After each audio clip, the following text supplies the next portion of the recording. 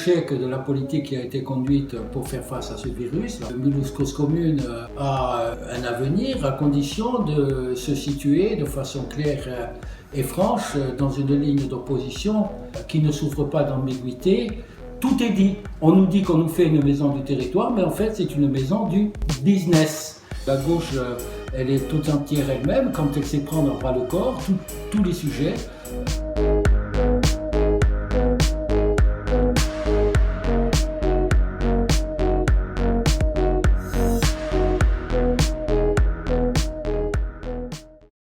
Mais c'est un bilan qui est difficile pour les catégories populaires, puisqu'en effet le virus circule toujours et touche principalement donc les quartiers populaires. Et tout cela démontre à l'évidence, l'échec de la politique qui a été conduite pour faire face à ce virus, la politique du gouvernement, mais également donc montre l'insuffisance structurelle des moyens hospitaliers, les moyens donc qui manquent également à la santé publique sur la ville de Mulhouse. Et là, bien évidemment, on ne peut que constater la poursuite de ces difficultés et la poursuite de ces carences. Il faudrait par conséquent attaquer le virus avec un peu plus de virulence, notamment donc en dégageant des moyens pour l'hôpital public et en mettant en place des solutions nouvelles pour installer dans tous les quartiers des centres de santé municipaux, ce que ne fait pas la municipalité. Elle en a montré d'ailleurs son visage lors du dernier conseil municipal où je n'étais pas malheureusement, mais où donc il n'y a pas eu d'indication dans ce domaine et dans cette voie.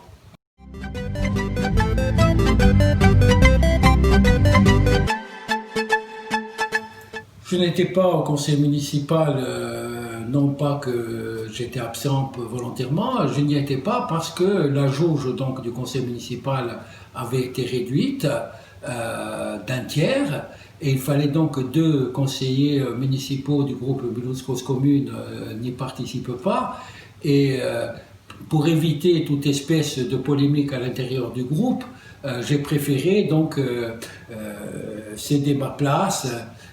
Pour autant, je veux dire, j'ai travaillé pour ce conseil, notamment donc pour permettre au groupe de s'exprimer en négatif sur le budget et surtout en proposant donc que soit votée une motion condamnant donc la non-compensation par l'État des moyens qui manquent aujourd'hui à la ville, c'est-à-dire à peu près 3,5 millions d'euros.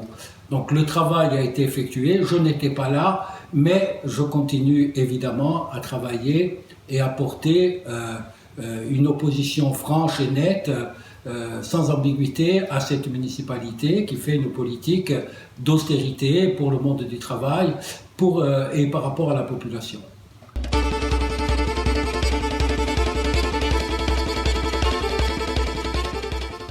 Je pense que Mulhouse Cause Commune a un avenir à condition de se situer de façon claire et franche dans une ligne d'opposition qui ne souffre pas d'ambiguïté à la fois à la ville et en même temps à l'agglomération. Et sans aucun doute, ce qui s'est passé lors du dernier conseil d'agglomération, le 14 donc, décembre, à propos notamment donc, des choix qui ont été effectués avec la création de la maison du territoire, souligne d'une part la recomposition de la droite locale qui se regroupe, oubliez donc les querelles d'hier, tout le monde monte dans le même bateau, participe à l'exécutif, aussi bien les conseillers municipaux donc, de la majorité municipale autour de Jean Rotner, mais aussi donc Madame Millon, qui aujourd'hui donc réintègre sa maison d'origine, le libéralisme, et par conséquent, on l'a vu aussi au dernier conseil municipal, a voté le budget, évidemment, puisque c'est un budget qui correspond à sa visée libérale. Donc il serait convenable d'autre part, par conséquent, me semble-t-il, qu'il y ait une position beaucoup plus nette qui se manifeste au sein du conseil d'agglomération de la part du groupe, et aussi le groupe, je pense, a une capacité à comment dire, coaguler autour de lui d'autres acteurs de ce conseil d'agglomération, puisque autour de la maison du territoire, il y a quand même eu 17 voix contre, alors que notre groupe ne compte que 5 conseillers.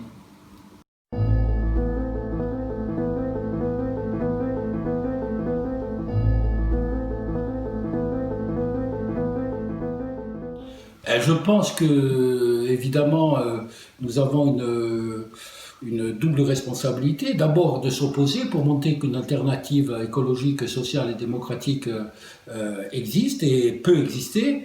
Et ensuite, pour faire avancer, mais dans un rapport de force sur lequel il faut être lucide, un certain nombre de dossiers. Je prends 2 exemples. À la municipalité de Mulhouse, nous avons fait avancer et obtenu que soit créé un centre communal d'action sociale.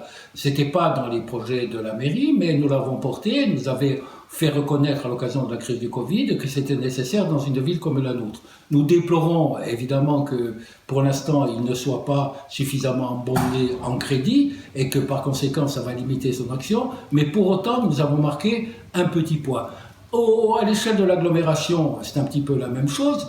Dans un rapport de force, c'est encore plus compliqué, puisque en effet, là, nous ne sommes que 5 sur 103, et donc nous pouvons certes coaguler ici ou là des alliances, mais c'est difficile et délicat. Mais je prends un exemple sur la question des risques industriels.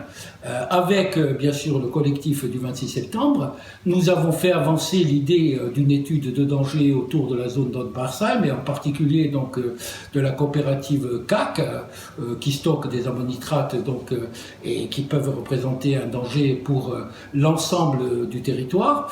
Et partant de là, donc après l'alerte lancée auprès des conseillers, nous avons obtenu déjà une première rencontre avec le conseil communautaire délégué Jean-Marie Béhet, avec le collectif, et nous avons donc le 7 janvier avec le président de l'agglomération et avec Jean-Marie Béhet également une visite donc auprès de la CAC pour questionner donc la situation réelle de cette entreprise et poursuivre notre travail en espérant faire aboutir donc tout ceci à l'occasion du prochain conseil d'agglomération le 18 ou à un conseil d'agglomération donc qui viendra donc avant la fin de l'hiver pour obtenir une étude de danger. Donc nous pouvons effectivement faire avancer des dossiers. Mais pour l'heure, ce que nous sommes obligés de constater, c'est que la pente suivie par l'agglomération comme par la ville, c'est le choix du tout libéralisme. C'est open bar pour le libéralisme, avec notamment un projet de territoire qui rejoint ce que disait il y a quelques mois Jean Rotner à propos de la région Grand Est, c'est-à-dire travailler pour le business. Le Business Act d'un côté de Jean Rotner, et ici, donc, la colonne vertébrale du projet de territoire à venir s'articule autour de l'idée un territoire pro-business.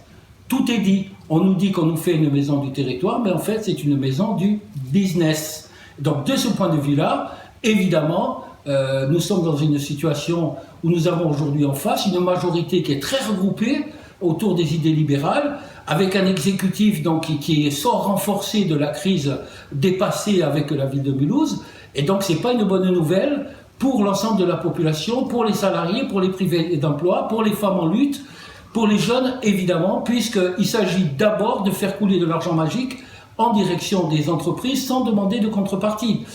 Par exemple, quid de l'avenir pour le développement du transport public gratuit dont on sait que c'est un élément structurant pour l'avenir du territoire, aussi bien sur la question sociale que sur la question économique pour faire travailler les entreprises, que sur la question donc écologique, puisque ça nous permet effectivement de diminuer les émissions de carbone et donc de lutter contre le réchauffement climatique. Donc de ce point de vue-là, nous avons tout à faire et il faut essayer de le faire de mon point de vue avec le monde du travail, avec les mouvements citoyens, avec donc des luttes pour les salaires, des luttes pour un logement décent, des luttes pour l'émancipation Et donc, par conséquent, il n'y a pas là aussi de recette magique.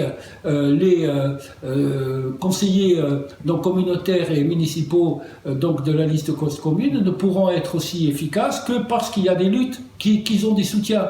Soutien dans le monde du travail, soutien dans le mouvement citoyen.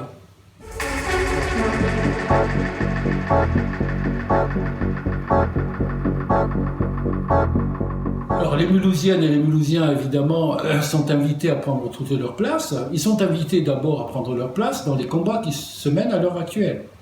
Par exemple, je vais en prendre deux, toute la lutte qui a été initiée par le Parti communiste contre la loi de sécurité globale, qui donc gagne en puissance. Et qui propose dès ce samedi une 4e manifestation, et on espère que les Mulhousiennes et les Mulhousiens seront au rendez-vous pour faire reculer donc ce que le gouvernement veut mettre en place, c'est-à-dire un État policier, un État qui utilise la répression pour étouffer donc toutes les contestations de sa politique qui ne profite qu'au capital, qui ne profite qu'aux riches. Ça, c'est un premier exemple. Deuxième exemple, c'est le soutien également qui est affiché à toutes les luttes et tout le monde est acteur, toutes les luttes qui se développent aussi bien à EDF que dans l'éducation nationale, que dans les secteurs où on supprime des emplois. Et donc, les Mulhousiennes et Mulhousiens, il faut qu'ils interviennent évidemment dans la vie publique. J'ajoute que nous avons fait avancer également l'idée d'avoir une participation citoyenne plus importante. Et à la suite de l'élection municipale, le mouvement qu'il a porté autour de Mulhouse Cause Commune a développé, a créé une assemblée populaire citoyenne qui travaille sur tous les sujets donc, qui les concernent, aussi bien le logement que la 5G qui vient de se mettre en place, que le transport public gratuit. Et donc là, effectivement, c'est ouvert à tous les citoyens qui ont envie de porter donc un regard critique et d'agir pour changer les choses véritablement, en sachant très bien que leur intervention est déterminante. Je veux dire, un conseiller municipal, fût-il animé des meilleures intentions, ne peut rien faire s'il n'a pas avec lui une capacité de mobilisation, et s'il n'a pas avec lui le mouvement citoyen et le mouvement social. J'ajoute que la municipalité actuelle travaille, donc elle annonce qu'elle va développer les conseils citoyens, les conseils participatifs, très bien, hein, nous allons nous y engager pleinement, avec bien sûr à l'esprit que cela n'arrive pas à mettre en place des courroies de transmission et que ce soit des coquilles vides. Nous avons également porté l'idée, et nous y travaillons, on verra comment ça avance, de la possibilité d'une interpellation donc, des citoyens lors des conseils municipaux, qu'il puisse y avoir donc une demi-heure d'interpellation qui puisse directe des citoyens, car comme vous le savez, aujourd'hui les citoyens peuvent assister, mais ils ne peuvent pas intervenir. Donc si on arrivait à faire donc, une interpellation, peut-être cela donnera du sens au conseil participatif ou au conseil citoyen, cela permettrait d'avoir donc un point de vue beaucoup plus critique et une présence beaucoup plus forte du mouvement citoyen et des citoyens tout simplement dans la vie municipale.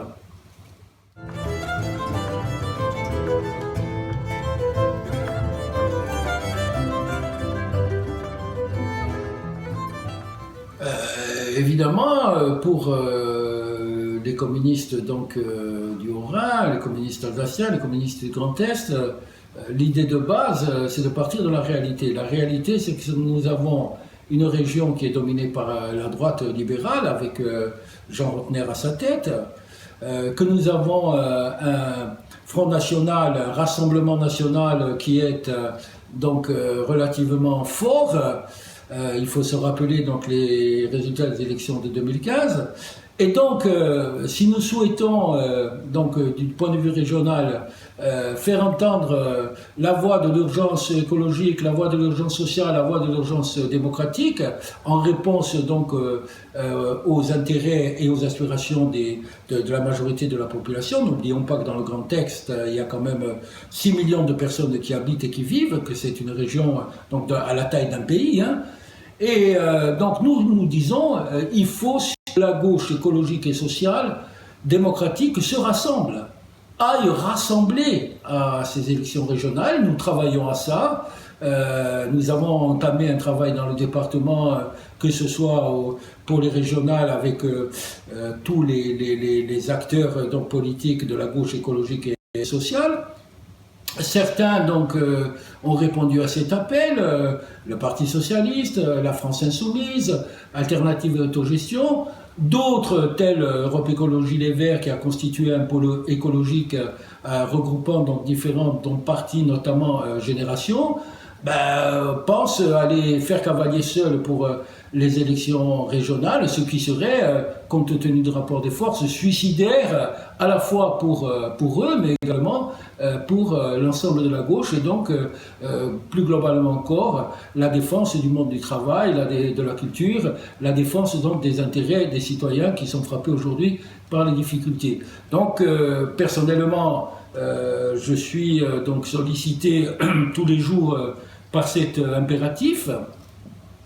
Je viens de signer à l'échelle donc régionale un appel initié donc par Aurélie Filippetti, qui n'est pas communiste, comme tout le monde le sait, et qui regroupe d'ores et déjà un certain nombre de personnalités du Grand Est en provenance du Parti communiste, en provenance de la gauche socialiste, en provenance de la France insoumise, et nous espérons bien évidemment que cette avancée permettra donc de faire réfléchir tout le monde et de pouvoir aller donc à la bataille en juin avec un rassemblement de toute la gauche qui nous permette donc de mettre en cause la domination de la droite libérale de Rotner, mais aussi d'engager vraiment la construction du monde d'après, avec comme critère de base la réponse sociale, la réponse écologique et la réponse démocratique.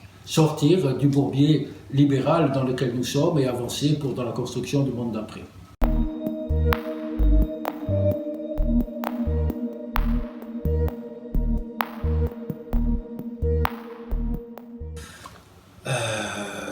Je pense que non. Je pense non depuis le début, depuis le mois de juillet. Je l'ai dit clairement. Je n'ai pas entendu.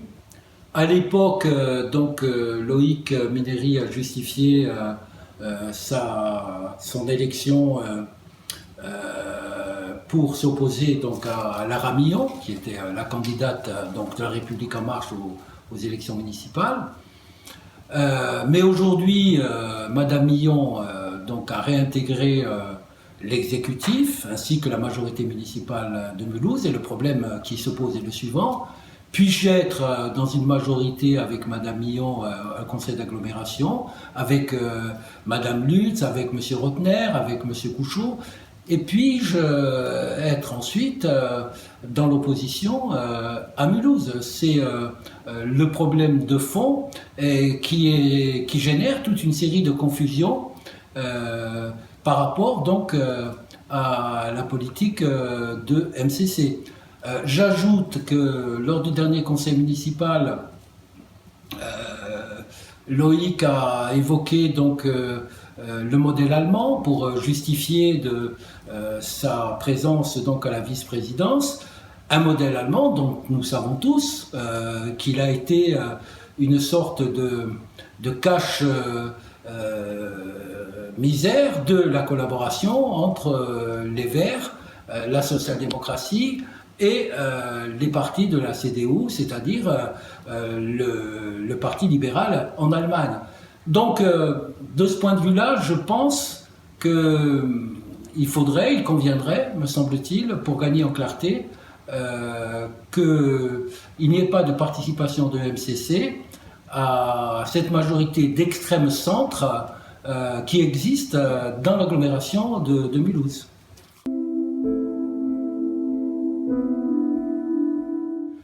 L'extrême centre, c'est un concept politique qui doit beaucoup donc, à un ouvrage qui est paru donc, il y a 2 ans, qui a été donc, rédigé par un historien de la Révolution française qui s'appelle Pierre Serna, et qui a développé donc, ce concept à partir donc, de l'étude de toute la période post-révolutionnaire, la période du Directoire, qui vont arriver aux affaires, comme aujourd'hui, des hommes d'affaires, dits de la société civile, mais le plus souvent aujourd'hui tout à fait pénétrés du management libéral, tel qu'on en trouve au niveau idéologique dans l'agglomération et dans la ville de Mulhouse, donc qui ont tout à la fois le visage de la bienveillance, avec tout un vocabulaire pour faire accepter la collaboration des classes, et d'un autre côté qui pratiquent vraiment un libéralisme le plus archaïque, avec un retour au XIXe siècle. On le voit au niveau de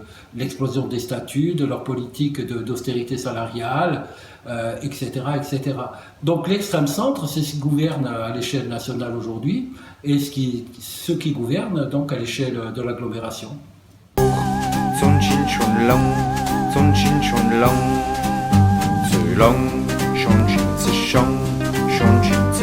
Je pense surtout qu'aujourd'hui, à bien lire tout ce qui est écrit par le pôle écologique, et en particulier par Europe Écologie des Verts, qui est porté par Julien Bayou, par Yves Jadot, par Éric Piolle, c'est leur volonté commune de mettre en place en France une nouvelle donne qui efface la gauche pour le remplacer par un pôle écologique.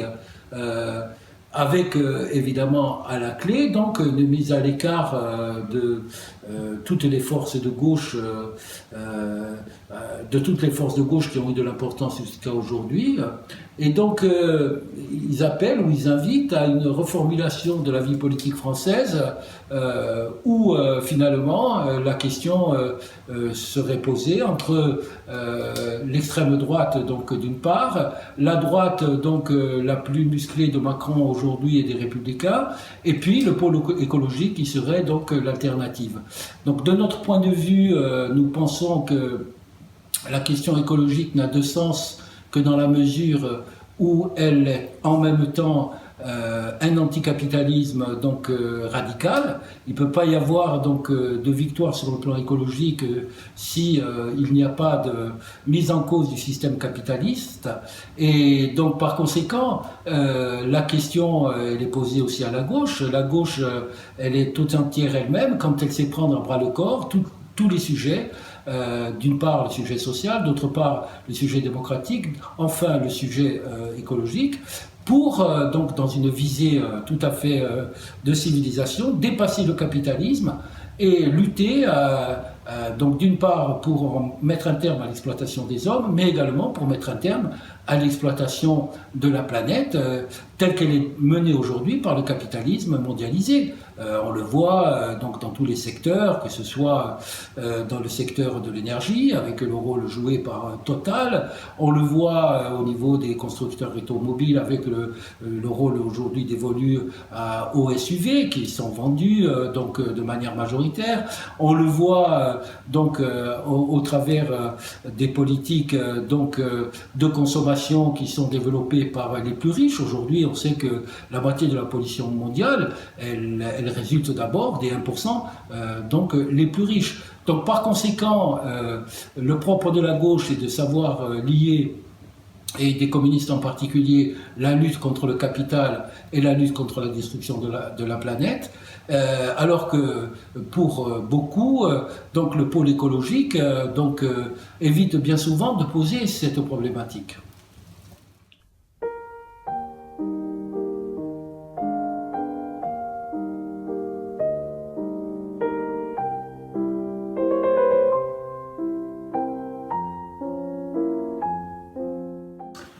Alors évidemment, on est là au cœur des contradictions de la politique du gouvernement. Évidemment, je suis favorable, moi, à une ouverture des salles de spectacle, de toutes les salles de spectacle, en respectant bien sûr les mesures sanitaires, d'éloignement, le port du masque. Donc oui au cinéma, oui au théâtre, oui à la danse, oui à l'opéra, oui à toutes les formes du spectacle de l'art vivant. C'est tellement vrai que ça rejoint ma préoccupation de base, qui peut être définie dans une formule qui est beaucoup plus âgée que moi, qui renvoie à l'Antiquité, c'est res cultura, res publica. C'est-à-dire que la chose donc culturelle et la chose donc républicaine, la forme donc de relation qui se noue dans une société, eh bien, dans les deux cas, culture et république ont participent de manière organique du même destin. Donc, par conséquent, on agit tant qu'on peut. On l'a fait dernièrement à l'occasion des mobilisations du monde de la culture. On soutient effectivement ceux qui, à la filature, par exemple sur Mulhouse, ont contribué donc à faire connaître ce refus en montrant que la culture, c'est essentiel. Alors que le gouvernement la considère toujours aujourd'hui comme non essentiel. Donc pour me résumer là-dessus, j'emprunterai donc à un de ceux qui au sein du Parti communiste ont œuvré beaucoup pour la culture, Jacques Ralit, qui est décédé aujourd'hui, qui disait que la culture c'est pas un supplément d'âme, c'est au contraire l'âme même de la vie donc en société républicaine et démocratique.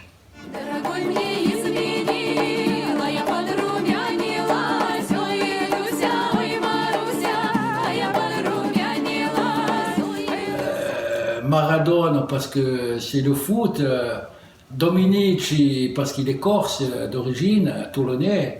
Donc les deux donc, qui ont disparu vont me manquer, comme ils vont manquer à toute la planète foot et à la planète rugby.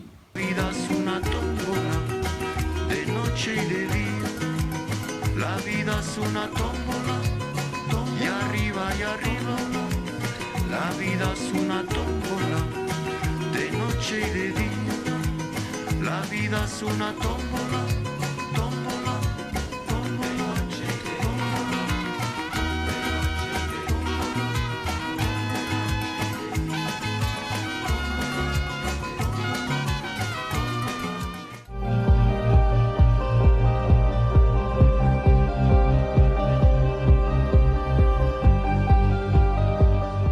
Anne Sylvestre, là aussi, donc salutations donc, à tous à tous nos chers disparus. J'aime les gens qui n'osent s'approprier les choses, encore moins les gens, ceux qui veulent bien être qu'une simple fenêtre pour les yeux des enfants, ceux qui sans oriflamme et daltoniens de l'âme ignorent les couleurs, ceux qui sont assez poires pour que jamais l'histoire leur rende les honneurs. J'aime leurs petites chansons.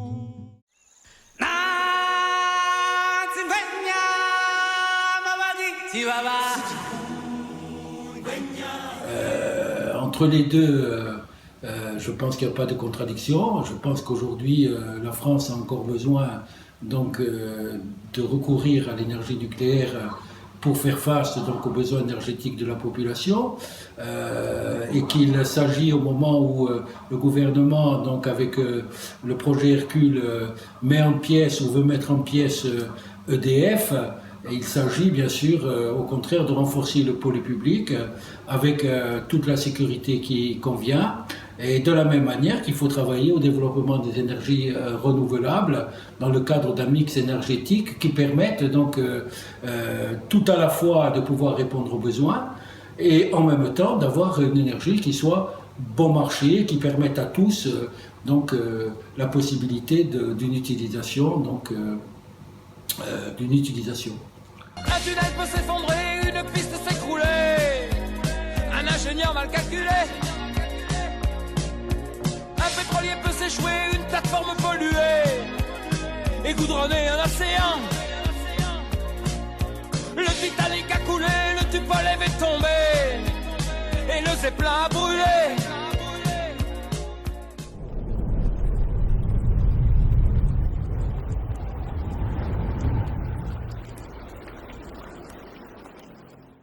Alors là, je réponds clairement, choucroute.